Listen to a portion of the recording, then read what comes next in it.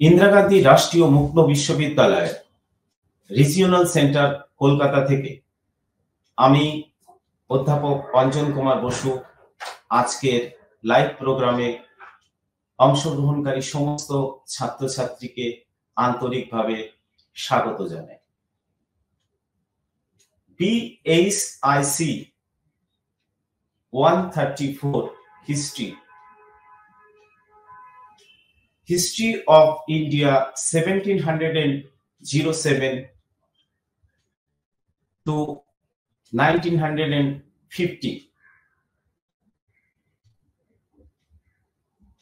এই পেপারের ইউনিট 3 থেকে আজকে আমার topic explanation for the political transformation and significance of the British success অর্থাৎ বাংলায় রাজনৈতিক আধিপত্যের পালাবদল এবং ব্রিটিশ সাফল্যের তাৎপর্য বিষয়ক আলোচনা। আমি আমার পূর্ববর্তী আলোচনায় দেখিয়েছি কিভাবে 1757 থেকে 1765 সাল পর্যন্ত সময় পর্বে ব্রিটিশ ইস্ট ইন্ডিয়া কোম্পানি তার আধিপত্য বাংলায় প্রতিষ্ঠা করে এবং সেক্ষেত্রে প্রথমে 1757 ভাগীরথী তীরবর্তী পলাশীর প্রান্তরে বাংলার নবাব সিরাজউদ্দৌলাকে পরাস্ত করা এবং তারপরে বাংলার শেষ কার্যত স্বাধীন নবাব মীর কাসিম সহ অযোধ্যার নবাব সুজাউদ্দৌলা এবং মুঘল সম্রাট শাহ আলমকে 1764 সালে বক্সারের যুদ্ধের মধ্য দিয়ে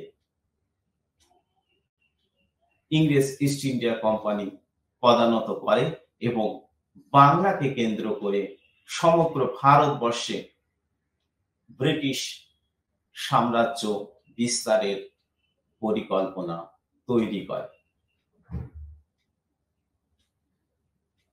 এখন প্রশ্ন হল, বাংলায় ব্রিটিশদের যে আধিপত্যবাদ তৈরি হয় সেই আধিপত্যবাদের অর্থাৎ পালা বদলের রাজনৈতিক গুরুত্ব কতখানি ছিল বা অর্থনৈতিক গুরুত্বই বা কতখানি ছিল বা কোন প্রক্রিয়ার মধ্য দিয়ে ব্রিটিশরা বাংলাকে কেন্দ্র করে সমগ্র ভারতে তাদের সাম্রাজ্যিক আধিপত্য প্রতিষ্ঠা করতে সক্ষম হল।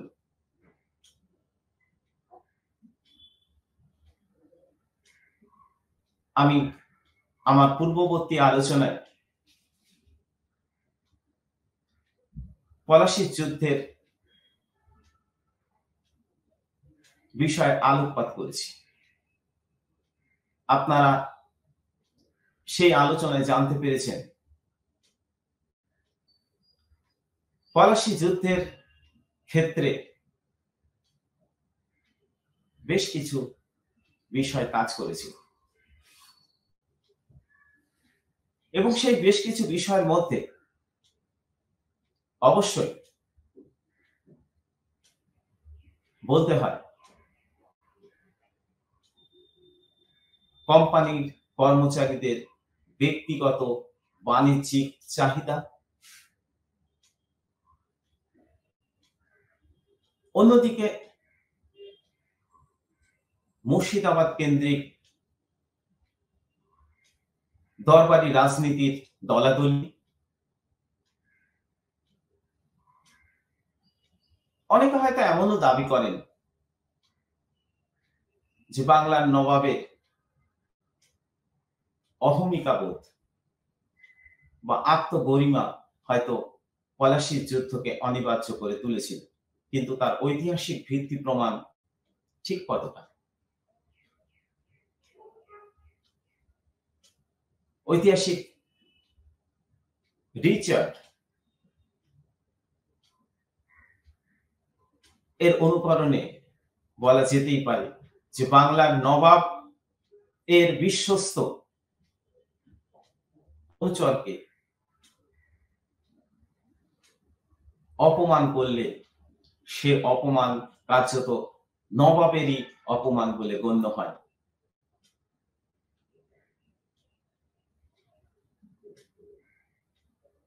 ফলে শেষ পর্যন্ত যুদ্ধ অনিবার্য হয়ে দেখা দেয়। এটাই স্বাভাবিক। ইংরেজ ইস্ট ইন্ডিয়া কোম্পানি তাদের আধিপত্যবাদ, তাদের কর্মপ্রক্রিয়ার মধ্যে দিয়ে এমন একটা পরিস্থিতি তৈরি করার চেষ্টা করেছিল যা বাংলার নবাবদের পক্ষে মেনে নেওয়া সম্ভব হয়নি। ফলে বাংলার নবাবের সঙ্গে সরাসরি পলাশীর প্রান্তরে যুদ্ধ সংগঠিত হয়। তাই এই যুদ্ধের ক্ষেত্রে নবাবের অহমিকাকে কোনোভাবেই দায়ী করা যায় না। নবাবের কর্তৃত্বকে কেউ চ্যালেঞ্জ করলে নবাব সেটা সঙ্গতভাবে মেনে নেবেন না, এমনটাই আশা করা আমাদের উচিত।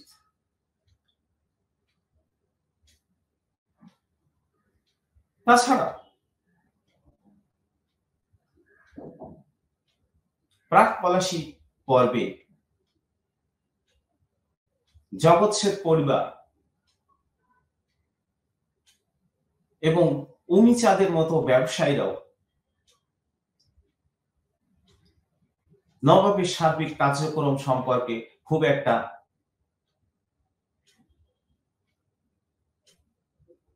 ভালো ধারণা পোষণ করতেন না। ফলে তারাও এই ষড়যন্ত্রে সামিল হয়েছিলেন।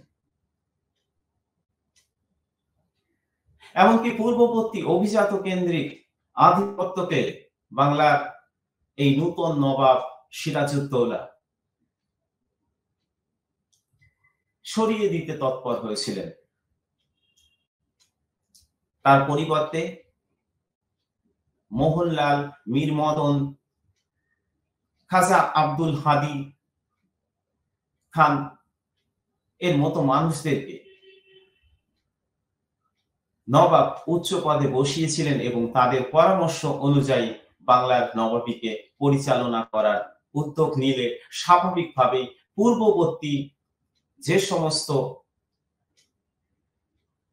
দরবারি অভিজাতরা ছিলেন তারা মনক্ষুণ্ণ হয়েছিলেন। ফলে তারা বিরোধিতার ষড়যন্ত্রে সামিল হয়েছিল।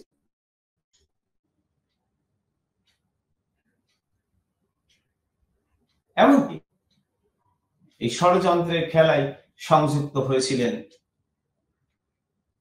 মির্জাফর এর মতো মানুষেরা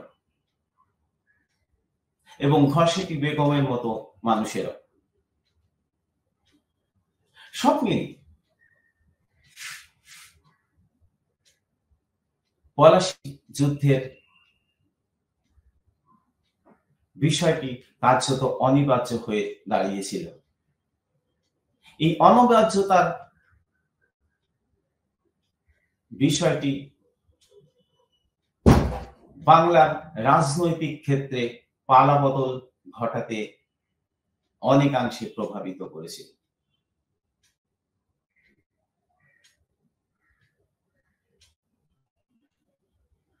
কিন্তু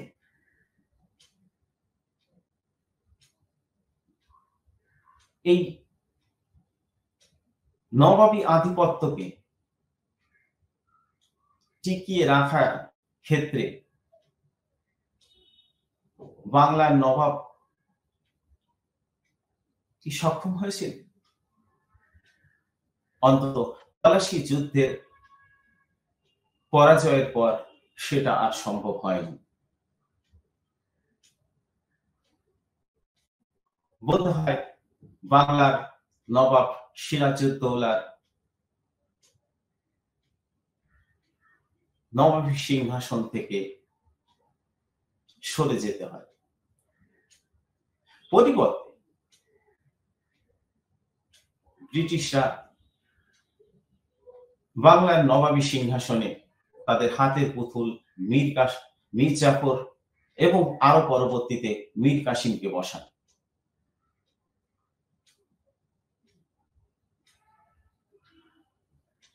এবং এই দুই পুতুল নবাব, যদিও এই পুতুল নবাব আমরা মীর জাফর সম্পর্কে যতটা বলতে পারি মীর কাসিম সম্পর্কে ঠিক ততটা বলতে পারি না, কিন্তু গোপনীয় চুক্তি অনুসারে তাদের ষড়যন্ত্রের দিকটি উপর নজর রাখলে নির্দিষ্ট শব্দবন্ধ হয়তো খুব একটা অসঙ্গত নয়।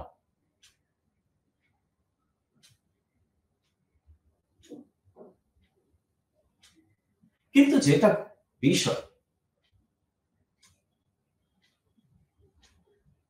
বাংলার নবাবরা তাদের সার্বভৌমত্ব টিকিয়ে রাখার যথাসম্ভব চেষ্টা করেছিলেন।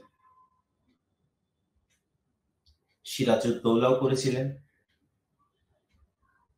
মীর জাফরও চেষ্টা করেছিলেন, আর মীর কাসিম ও সেক্ষেত্রে বেশ কিছুটা স্বাতন্ত্রতা নজির তৈরি করার চেষ্টা করেছিলেন। এইভাবে প্রথমে পলাশীর যুদ্ধ এবং তারপর বক্সারের যুদ্ধে জয় পরাজয়ের সূত্র ধরে বাংলার রাজনৈতিক ক্ষেত্রে পালাবদল এর বিষয়টি স্বীকৃতি পায়।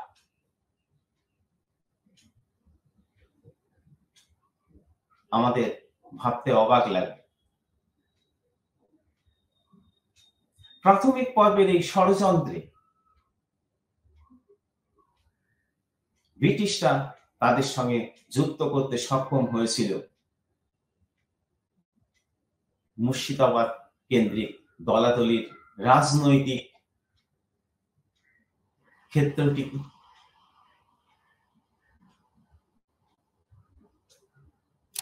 জগৎ শেঠ পরিবারকে,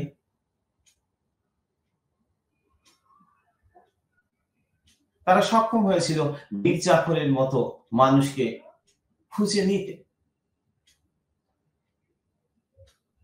তারা হাত মিলিয়েছিলেন ঘসেটি বেগমের মতো কুচক্রী মানুষের সাথে।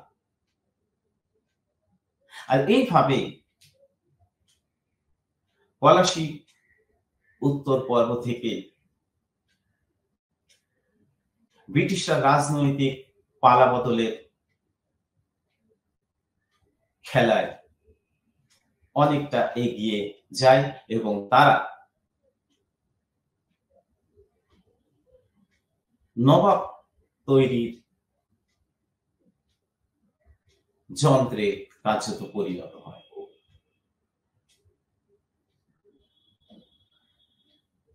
আর সেই প্রক্রিয়া আরো বেশি এগিয়ে যেতে সক্ষম হয় যখন 1764 সালে বক্সারের প্রান্তরে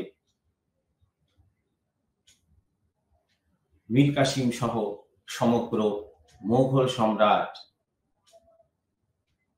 পরাস্ত হন।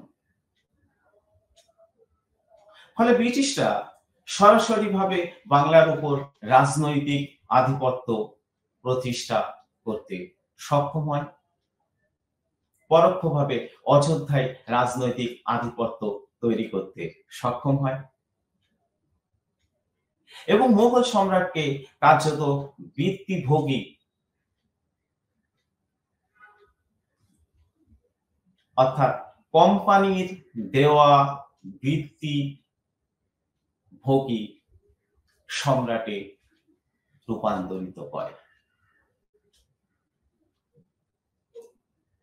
ঐতিহাসিকরা বলেন পলাশী যুদ্ধের পর থেকেই বাংলায় দ্বৈত শাসনের সূত্রপাত হয়।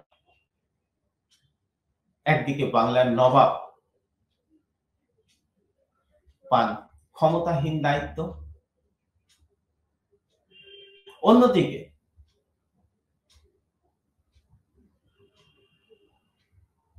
ইংরেজ ইস্ট ইন্ডিয়া কোম্পানি বাংলার দেওয়ানি রাজস্ব আদায়ের দায়িত্ব পান। ফলে তাদের হাতে প্রভূত পরিমাণ অর্থ সঞ্চিত হয়, কিন্তু বাংলার নিজামত বা নিজামতি শাসনের ক্ষেত্রে তাদের কার্যত কোনো রকমের দায়বদ্ধতা থাকে না। অর্থাৎ বাংলার নবাব কার্যত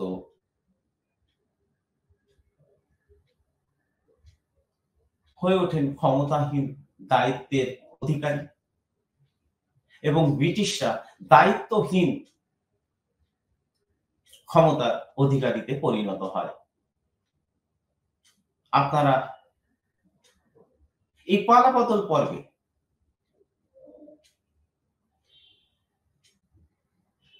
ব্রিটিশদের এই সাফল্যের বিষয়টি অনুধাবন করবেন। সেক্ষেত্রে আপনারা অবশ্যই বুঝতে পারবেন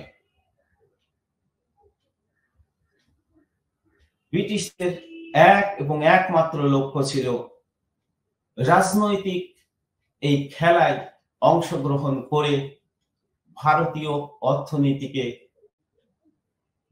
ব্রিটিশ সাম্রাজ্যবাদের স্বার্থে ব্যবহার করা। ফলে সঙ্গতভাবে পলাশীর যুদ্ধ জয় বা একটু পরে বক্সারের যুদ্ধ জয় এর মতো ঘটনা প্রবাহের ক্ষেত্রে ব্রিটিশদের সাফল্যের বেশ কিছু নির্দিষ্ট তাৎপর্যগত দিক তৈরি হয়।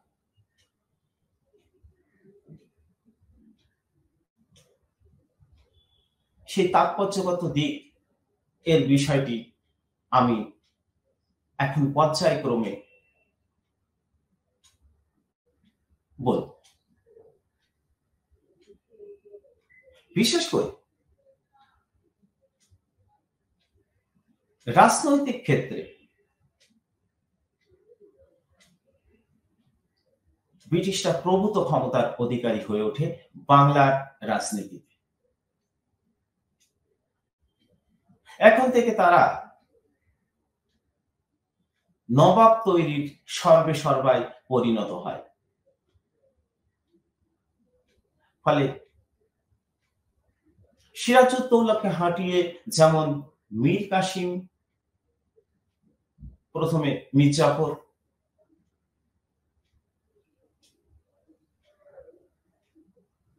তারপরে 1760 সালে মীর জাফর যখন ব্রিটিশ ইস্ট ইন্ডিয়া কোম্পানির অর্থনৈতিক স্বার্থ এবং কোম্পানি কর্মচারীদের ব্যক্তিগত স্বার্থকে পূরণ করতে কার্যত ব্যর্থ হলো, তখন স্বাভাবিকভাবে ইস্ট ইন্ডিয়া কোম্পানির কর্মচারীরা, অবশ্যই পদস্থ কর্মচারীরা, বিশেষ করে গভর্নর ভ্যানসিস্টার এক গোপন ষড়যন্ত্রের মাধ্যমে মীর কাসিমকে 1760-এ মীর জাফরের জায়গায় নবাব পদে বসান।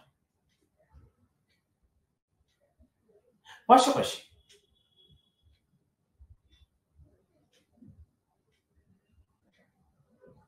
ইস্ট ইন্ডিয়া কোম্পানি এটা মনে প্রাণে বিশ্বাস রেখেছিলেন যদি মীর জাফর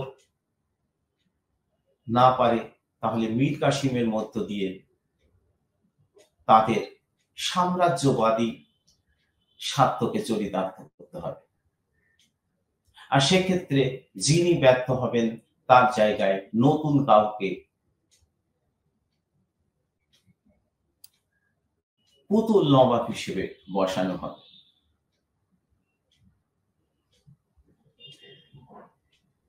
ফলে এই রাজনৈতিক আধিপত্য পলাশী যুদ্ধ পরবর্তী সময়কাল থেকে কার্যত শুরু হয়।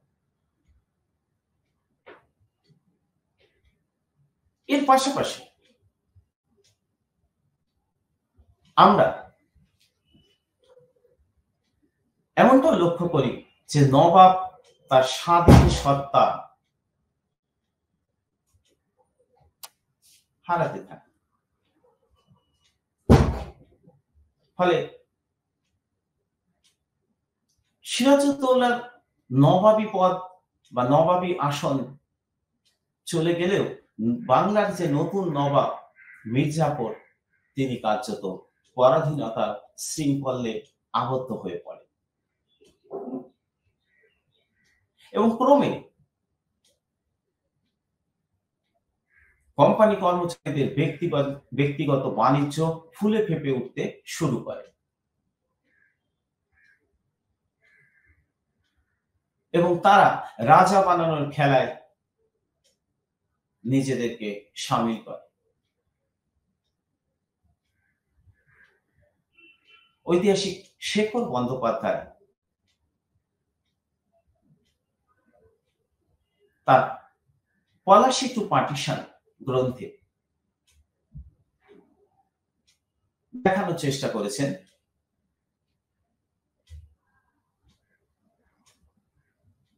রাজনৈতিক এই পালাবদল সূত্রে বাংলার রাজনীতি আরো বেশি ঘোরালো হয়ে ওঠে। আর সেই পরিবেশকে পরিপূর্ণ ভাবে নিজেদের কাজে লাগাতে শুরু করে ইংরেজ ইস্ট ইন্ডিয়া কোম্পানি এবং তার কর্মচারীরা।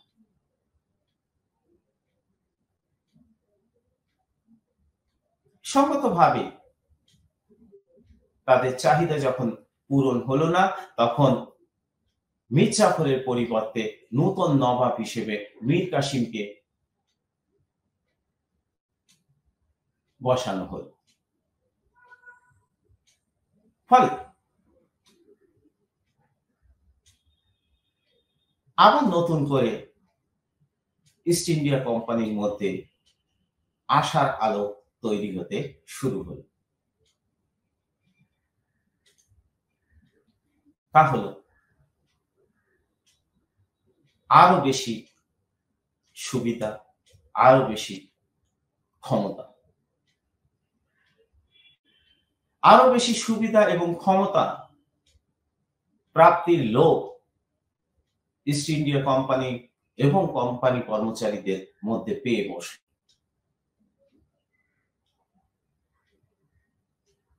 তাদের মনে হলো মীর জাফর তাদের স্বার্থের পক্ষে উপযোগী নয়। ফলে মীর কাসিমকে বাংলার নতুন নবাব পদে বসানো হলো। শর্ত অনুসারে মীর জাফর এবং মীর কাসিম উভয় ব্রিটিশদের চাহিদাকে পূরণ করার যথাসম্ভব চেষ্টা করেছিলেন, কিন্তু তাদের চাহিদার ক্ষেত্রটি ছিল অনেক বেশি প্রসারিত। ফলে সঙ্গতভাবেই যেমন ভাবে মীর জাফর এর সঙ্গে ইংরেজ ইস্ট ইন্ডিয়া কোম্পানির একটা মতবিরোধের জায়গা তৈরি হয়, পরবর্তীতে তার জামাতা মীর কাসিমের সঙ্গে সেই একই পরিবেশ তৈরি হয়।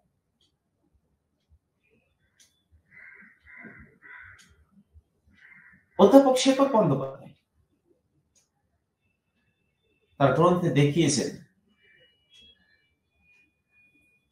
যে বাংলার নবাব পদে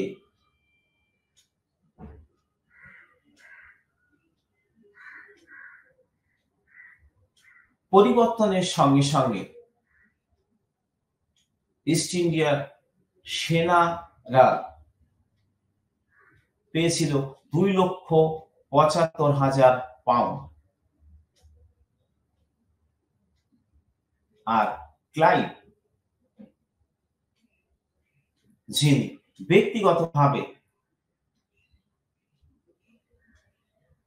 34,567 পাউন্ড মূল্যের জাগির অর্থাৎ জমি তিনি মীর জাফরের কাছ থেকে অর্জন করেছিলেন। এবং আরো একটা গুরুত্বপূর্ণ বিষয় আমাদের মাথায় রাখতে হবে, তা হল পলাশী যুদ্ধ পরবর্তী পর্বে ইংরেজ ইস্ট ইন্ডিয়া কোম্পানি তাদের বাণিজ্যিক আদান প্রদানের ক্ষেত্রেও অনেকটা পরিবর্তন ঘটিয়েছিল। কি সেই পরিবর্তন? প্রাক পলাশী যুদ্ধ পর্বে ইস্ট ইন্ডিয়া কোম্পানি ইংল্যান্ড থেকে সোনা ও রূপোর বাঁট আনতেন এবং তার বিনিময়ে ভারতীয় পণ্য সামগ্রী ক্রয় করতেন এবং সেগুলি ইউরোপের বাজারে তারা বিক্রি করতেন। কিন্তু পলাশী যুদ্ধের পরবর্তী পর্বে ইংল্যান্ড থেকে সোনার উপর সেই বাট বা কেক আসা বন্ধ হয়ে যায়, বরং বাংলা রাজকোষ থেকে ভারতের অন্যান্য অংশে ইস্ট ইন্ডিয়া কোম্পানির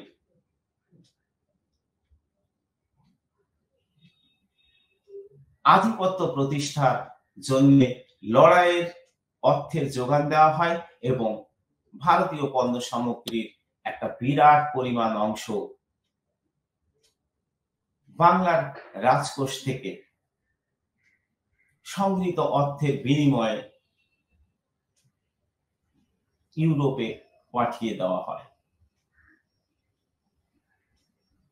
যাকে ঐতিহাসিকরা বলছেন পলাশীর লুণ্ঠন। অর্থাৎ পলাশী যুদ্ধের জয়সূত্রে এক নূতন ধরনের আধিপত্যবাদের তৈরি হয়, তা হচ্ছে ব্রিটিশরা বাংলা থেকে বা ভারত থেকে ব্যাপক পরিমাণ অর্থ সম্পদ লুট করতে শুরু করে। মাত্র 1 দশকের মধ্যে বাংলাতে নেমে আসে ভয়াবহ মমবন্তর বা দুর্ভিক্ষ। বঙ্কিমচন্দ্র তার আনন্দমঠ উপন্যাসে এই মমবন্তরের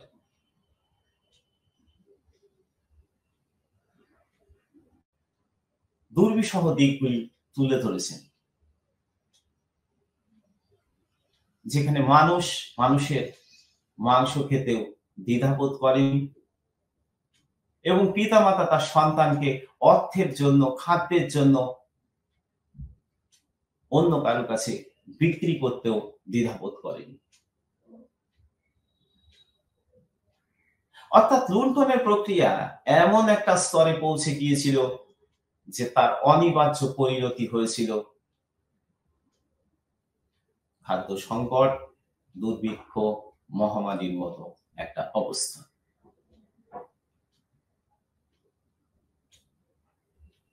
ঐতিহাসিক দ্বিজেন্দ্র ত্রিপাঠী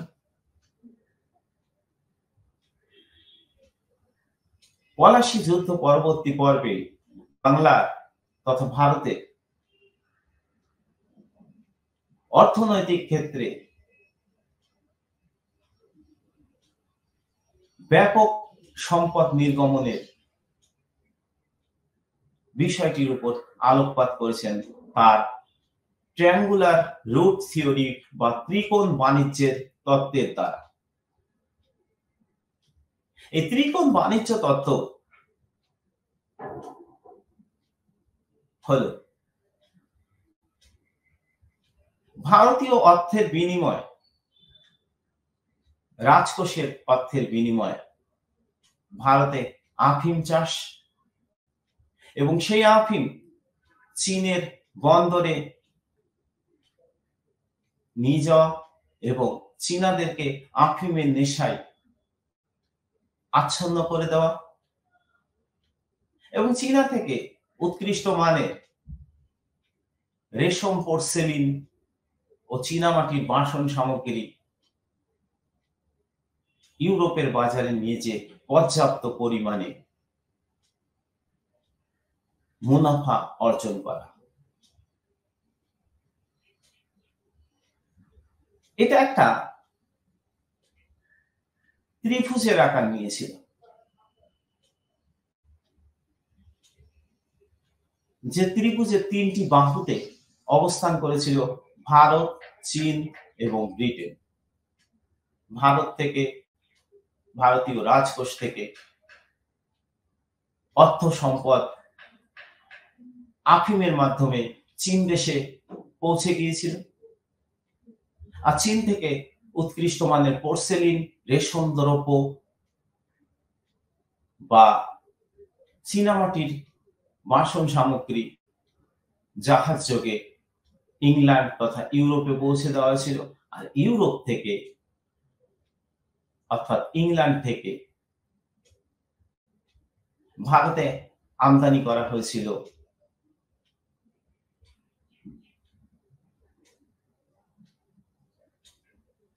বা রপ্তানি করা হয়েছিল, যেটাই আপনারা বলতে চান, তা হলো গুটি কয়েক প্রশাসক,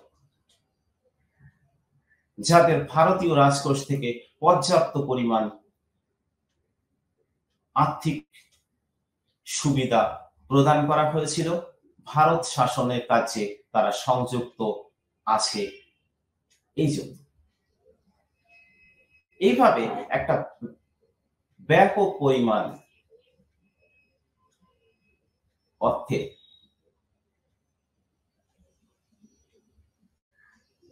নির্গমন হয়েছিল বলে ঐতিহাসিক দ্বিজেন্দ্র ত্রিপাঠী মনে করেন।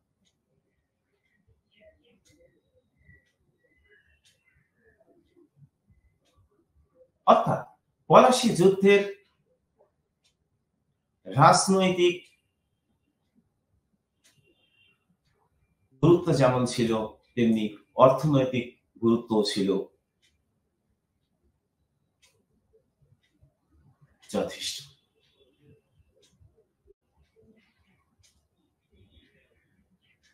যদি ঐতিহাসিকদের মধ্যে পলাশী যুদ্ধের অর্থনৈতিক গুরুত্বগত দিক নিয়ে কিছুটা দ্বিধা সংকোচ আছে,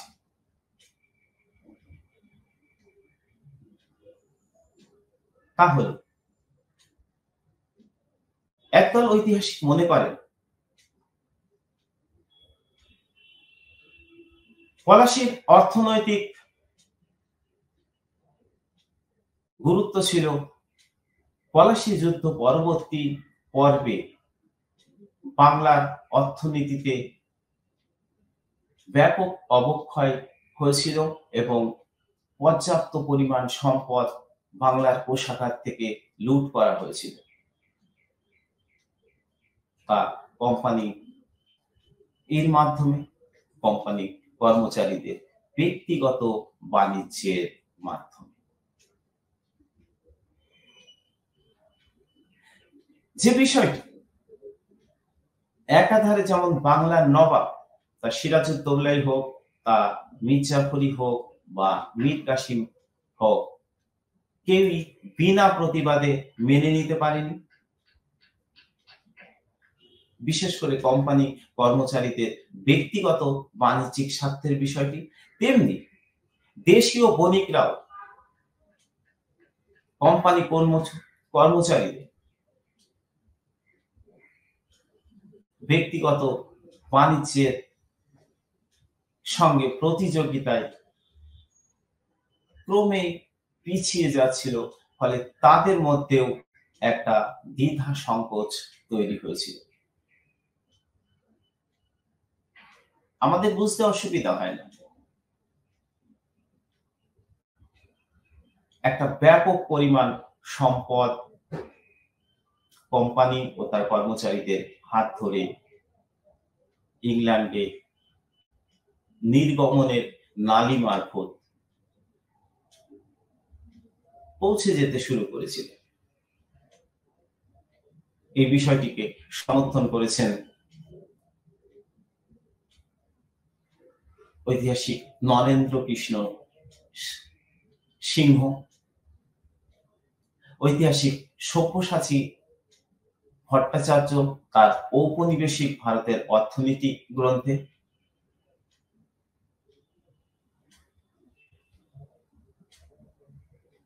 অধ্যাপক রণেশ রায় তার ঔপনিবেশিক রাষ্ট্রীয় অর্থনীতি নামক গ্রন্থে, এবং ঐতিহাসিক সুশীল চৌধুরীর মতো বিদগ্ধ ইতিহাসবিদরা।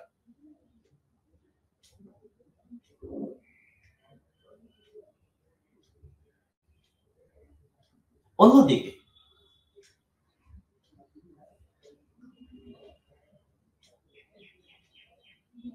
পলাশীর পরবর্তী পর্বে, অর্থাৎ প্রাক বক্সার যুদ্ধবর্তী সময়কালে অর্থনৈতিক ক্ষেত্রে ততটা প্রভাব পড়েনি, বা অবক্ষয়ের এই ধারাবাহিকতার জন্য ব্রিটিশরা ততটা দায়ী নয়, এমনটা বলছেন ঐতিহাসিক যদুনাথ সরকার, ঐতিহাসিক অমলেশ ত্রিপাঠী এবং তপন রায় চৌধুরী মতো ইতিহাসবিদরা। বরং তারা পলাশী যুদ্ধকে নয়, তারা বেশি গুরুত্বপূর্ণ হিসেবে দেখতে চেয়েছেন মীর কাসিমের পরাজয় ও বক্সারের যুদ্ধের পরাজয়ের বিষয়টি ক্ষেত্রে। আর এই বিতর্কে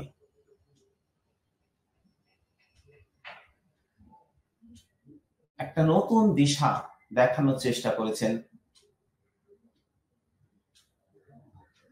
সাম্রাজ্যবাদী স্বার্থকে উপেক্ষা করার চেষ্টা করেছেন, সাম্রাজ্যবাদী স্বার্থের দিকটিকে আড়াল করার চেষ্টা করেছেন, বাস্তবসম্মত ইতিহাসকে অন্য পথে চালনার চেষ্টা করেছেন ঐতিহাসিক পি.জে. মার্শাল। তিনি বলতে চান পলাশীর যুদ্ধ বাংলার একটা বিশৃঙ্খলা থেকে রক্ষা করে এবং কোম্পানির ছত্রছায়ায় বাংলা প্রশাসনে শৃঙ্খলা ফিরে আসে,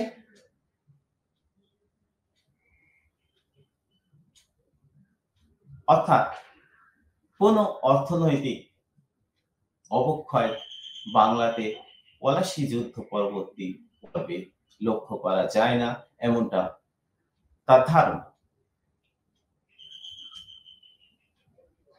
কিন্তু আমাদের ভুলে গেলে চলবে না সাম্রাজ্যবাদী স্বার্থের বিষয়টি। সাম্রাজ্যবাদী দৃষ্টিভঙ্গি থেকে আমাদের দেখতে হবে পলাশী যুদ্ধকে, তার রাজনৈতিক গুরুত্বকেও, তার অর্থনৈতিক গুরুত্বকেও। ঐতিহাসিক রজতকান্ত রায় তার বিখ্যাত গ্রন্থ পলাশীর ষড়যন্ত্র ও সেকালের সমাজ এ উল্লেখ করেছেন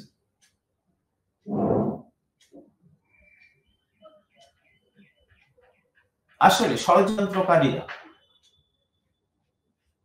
ঘসেকি বেগম, মির্জাফর,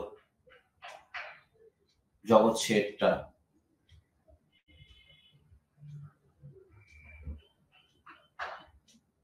ইংরেজ ইস্ট ইন্ডিয়া কোম্পানির চরিত্র অনুধাবনে ব্যর্থ হয়েছিল। ফলে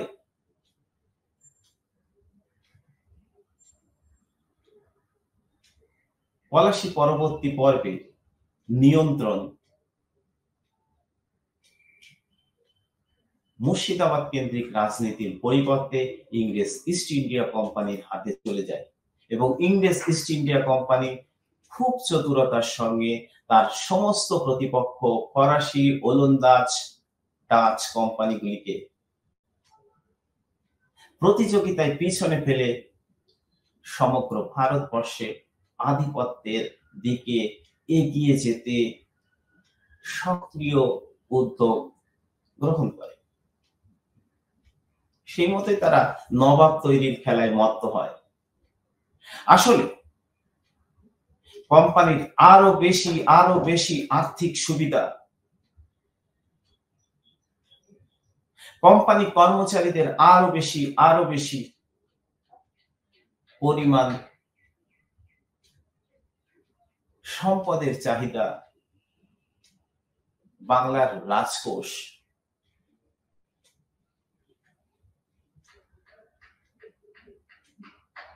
অপারগ হয়ে উঠেছিল। ফলে মির্জাফরকে সরে যেতে হয়েছিল। নতুন নবাব মীর কাসিমের মধ্যে তারা তা পাওয়ার চেষ্টা করেছিল। শর্ত অনুসারে মীর কাসিম কোম্পানির সমস্ত আর্থিক চাহিদাকে পূরণ করার চেষ্টা করেছিল, কিন্তু একটা জায়গায় যে তাকেও নূতন করে ভাবতে হয়েছিল বাংলা নবাবের সার্বভৌমত্বের দিকটিকে। কলকাতা ও মুর্শিদাবাদের দূরত্বের নৈকট্যতা তাকে ভাবিয়ে তুলেছিল প্রতিনিয়ত নবাবী নিজামতের উপর ব্রিটিশ ইস্ট ইন্ডিয়া কোম্পানির রক্তচক্ষুকে। তাই তিনি মুর্শিদাবাদ থেকে তার রাজধানী মুঙ্গেরে স্থানান্তরিত করেছিলেন। তিনি তার সেনাবাহিনীকে নতুন ভাবে সাজিয়ে তুলেছিলেন। তিনি কোম্পানির বিনা শুল্কে বাণিজ্যকে অনুমোদন করলেও কোম্পানি কর্মচারীদের ব্যক্তিগত বাণিজ্যের বিষয়টিকে ভালোভাবে নেননি। ফলে মান অভিমানের আবার নতুন খেলা শুরু হয়।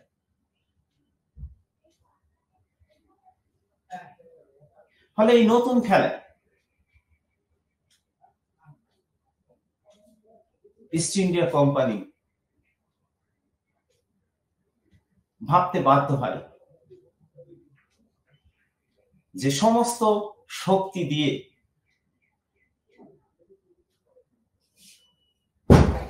তাদের পক্ষে পরিস্থিতিকে আনতে হবে।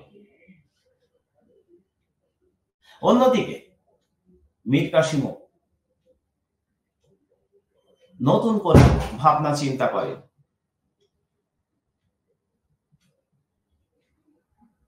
সমস্ত প্রতিকূলতাকে কাটিয়ে বাংলা নবাবের গরিমাকে ফিরিয়ে আনতে হবে।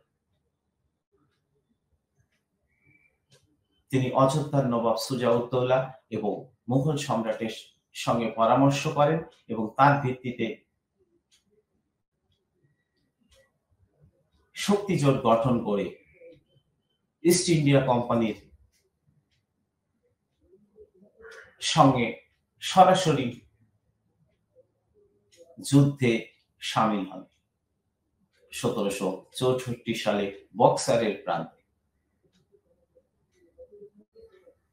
এবং শেষ পর্যন্ত এই যুদ্ধে শুধু বাংলার নবাব মীর কাসিমেরই নয়, অযোধ্যার নবাব সুজা-উদ-দৌলা এবং মুঘল সম্রাট শাহ আলমেরও পরাজয় হয় এবং শেষ পর্যন্ত নানান ধরনের শর্তের বিনিময়ে কার্যত ব্রিটিশ রাজনৈতিক আধিপত্য বাংলা থেকে সমগ্র ভারতের দিকে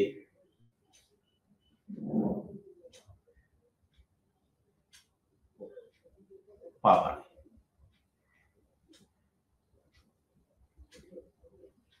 বক্সারের যুদ্ধের গুরুত্ব প্রসঙ্গে ঐতিহাসিকেরা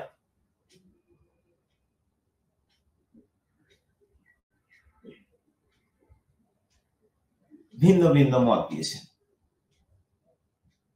এর রাজনৈতিক গুরুত্ব প্রসঙ্গে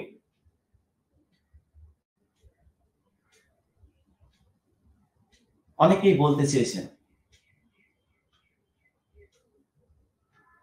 এই যুদ্ধে নবাবের পক্ষে প্রায় 2000 সৈন্যের মৃত্যু হয়েছিল, অন্যদিকে ইংরেজ ইস্ট ইন্ডিয়া কোম্পানির পক্ষে 847 জন সৈনিকের মৃত্যু হয়েছিল।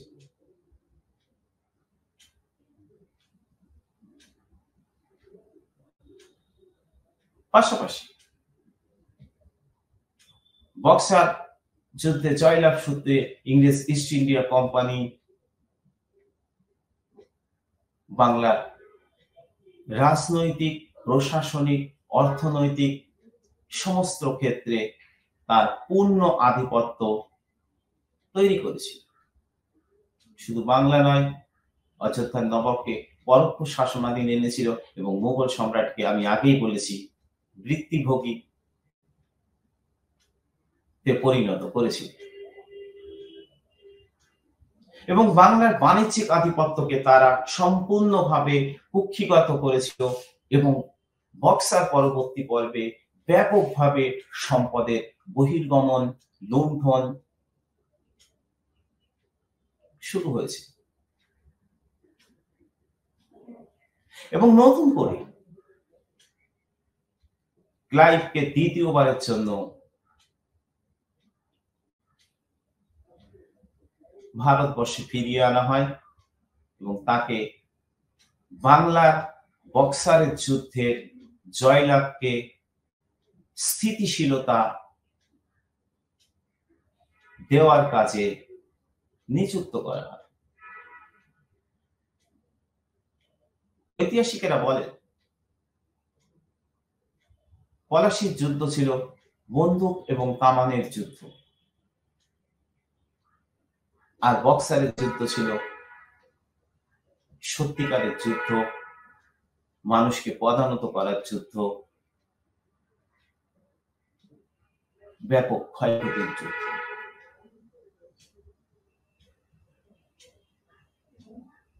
ঐতিহাসিক পার্সিভাল স্পায়ারও বলেন বক্সার যুদ্ধ পরবর্তী পর্বে যেভাবে বাংলার রাজনীতির উপর নির্লজ্জ ভাবে লুণ্ঠন ব্রিটিশরা নামিয়ে এনেছিল, তা অবশ্যই ঘৃণ্যতম।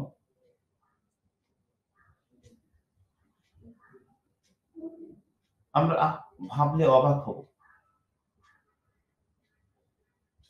যে ইস্ট ইন্ডিয়া কোম্পানি শুধু নয়, তার কর্মচারীরাও এতটাই ঔদ্ধত্য তৈরি করেছিল যা থেকে ভারতীয় জনগণের আর বেরিয়ে আসা সম্ভব ছিল না।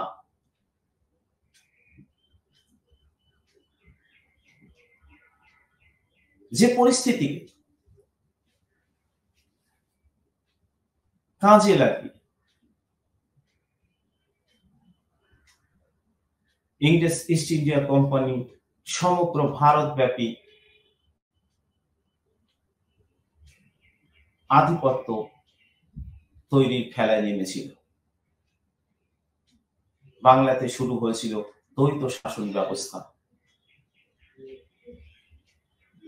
যা পরবর্তীকালে লর্ড কর্নওয়ালিসের সময় অবলুপ্তি ঘটে।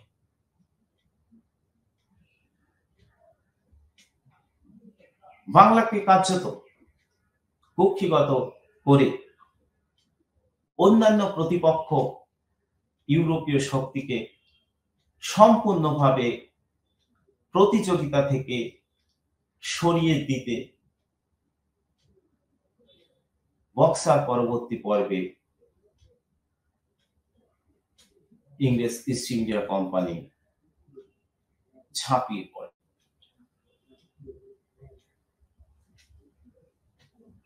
এবং ভারতের অন্যান্য অংশেও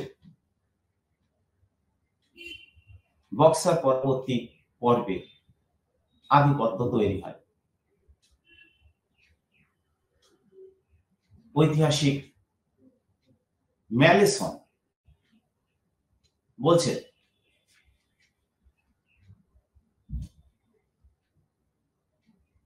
ইস্ট ইন্ডিয়া কোম্পানি এরপর থেকে উত্তর ভারতের রাজনীতিতেও প্রবেশ করতে শুরু করে। ফলে একটা এমন পরিস্থিতি তৈরি হয় যে ক্রমে ভারতীয়দের আর টিকে থাকার জায়গা ক্রমেই সংকুচিত হতে শুরু করে।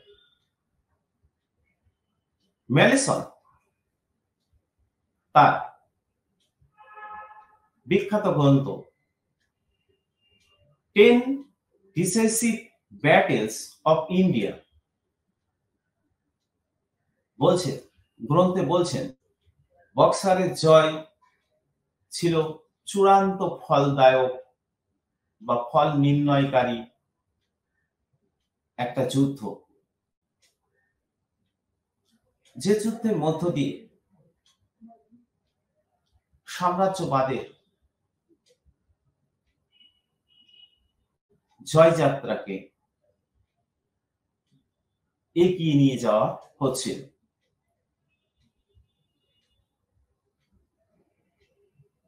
এবং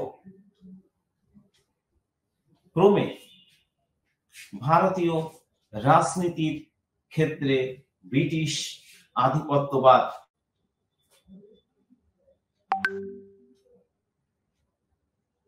স্থায়ী শিকড় গেড়ে বসতে শুরু করেছিল, যেটা ভীষণ তাৎপর্যপূর্ণ একটা বিষয়। আবার অর্থনৈতিক ক্ষেত্রেও বক্সারের যুদ্ধ নানান ধরনের গুরুত্ব বহন করেছে। এই যুদ্ধে জয়লাভ সূত্রে ইস্ট ইন্ডিয়া কোম্পানি ভারতে একচেটিয়া বাণিজ্যিক অধিকার অর্জন করেছিল।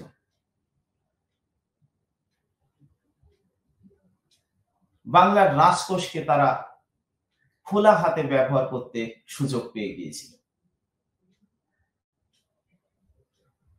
মুঘল সম্রাটের আধিপত্যকেও আর তারা স্বীকার করছিলেন না। ফলে স্বাভাবিকভাবে একটা এমন পরিবেশ তৈরি হয় যা থেকে একটা স্থায়ী পরাধীনতার শৃঙ্খল তৈরি হতে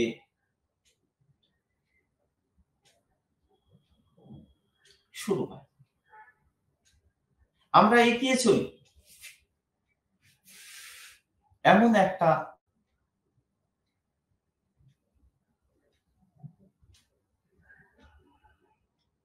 ঘটনার দিকে যা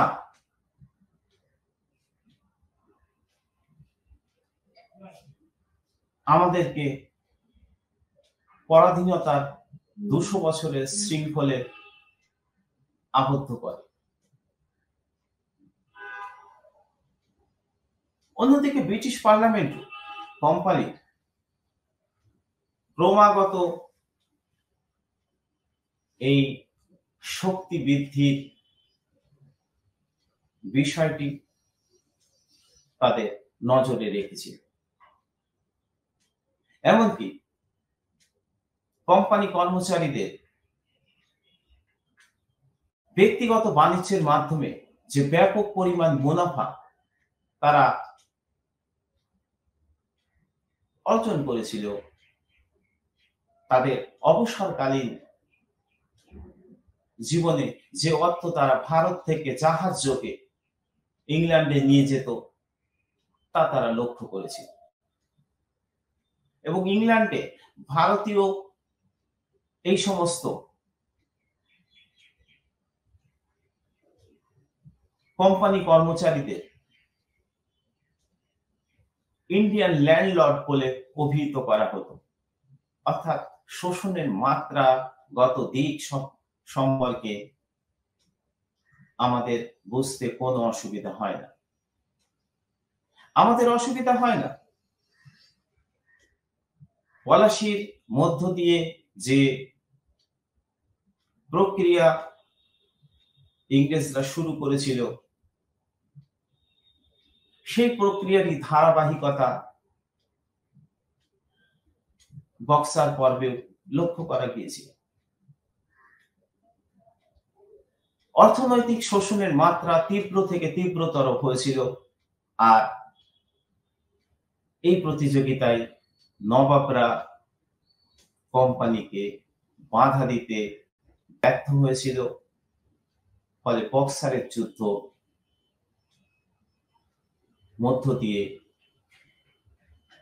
ভারতবর্ষের রাজনীতি এবং অর্থনীতিতে ইংরেজ ইস্ট ইন্ডিয়া কোম্পানি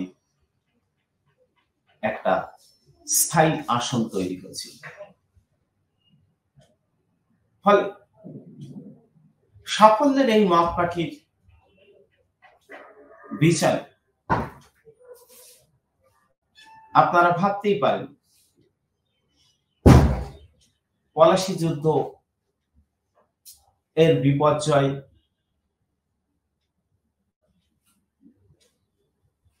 আমাদের পক্ষে বেশি ক্ষতিকর ছিল। আবার আপনারা ভাবতেই পারেন বক্সারের যুদ্ধের বিপর্যয় আমাদের কাছে বেশি ক্ষতিকর ছিল।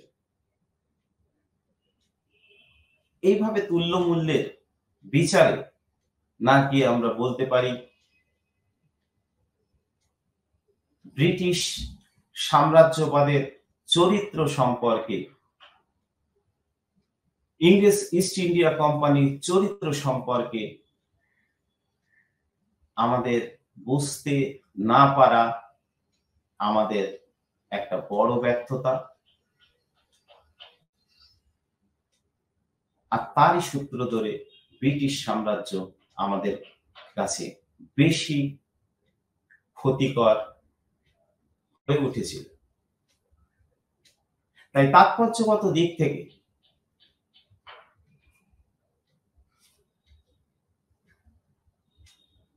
পলাশীর যুদ্ধ এবং বক্সারের যুদ্ধ এই উভয় যুদ্ধেরই রাজনৈতিক একটা দিক ছিল, আবার এই উভয় যুদ্ধের অর্থনৈতিক একটা স্বার্থ কাজ করেছিল। আর সেই স্বার্থটা সম্পূর্ণভাবে